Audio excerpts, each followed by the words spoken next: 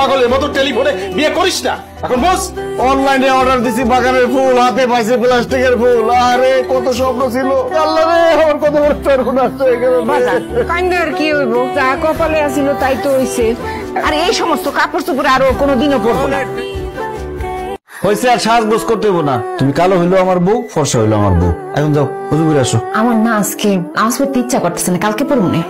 খাওয়ার সময় তার কর না যে আজকে খাইতে ইচ্ছা করতেছে না, কালকে খাবো না। আল্লাহ না করো আজকে রাতে তুমি মরে গেলা, তাহলে তুমি বেনামাজি হিসেবে মরবা। আমি না নামাজের নিয়ম কানুন সূরা কিরাত কিচ্ছু পারি না। ইয়াল্লাহ কি বলতেছো? তোমার কথা শুনে মনে হইতেছে তুমি জীবনে কোনোদিন নামাজই পড়ো নাই। এই ভালো কথা, তুমি না আমার টেলিফোনে বলছো তুমি কোরআন তেলাওয়াত করতে পারো। তাইলে মিথ্যা কথা বলছি। আমি তোমার উচিত শিক্ষা দেবো, দেখো। আসসালামু আলাইকুম মৌলভী সাহেব। ওয়ালাইকুম সালাম। এই তুমি দাঁড়াইছো কেন? বসো। ও মা, এখানে বাচ্চারা আরবি পড়া শিখতেছে, না আমি বলবো কেন? ওদের সাথে বসে তুমি আরবি পড়া শিখবা। আমি সৌদি থেকে ওমরা হজ করে আসছি, আর আমার বউ কোরআন তেলাওয়াত পারে না। তোমার বউ কোরআন তেলাওয়াত করতে পারে না? না হুজুর।